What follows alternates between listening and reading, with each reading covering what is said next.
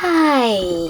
In front of me is Nokia G60 and today I would like to show you how you can download and then apply animated like wallpaper called Magic Fluids. Firstly, just open Play Store and type in Magic Fluids in the search bar. Now you need to install this free app, this one, from Math Scientist Developer, and when it's ready, open it.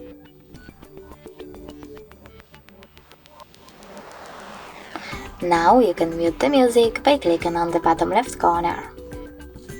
Then select bottom right one over here and click on Settings at the top.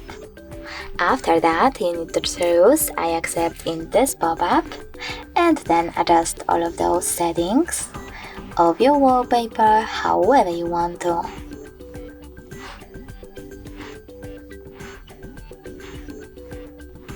Now click on the top right corner and then bottom one again.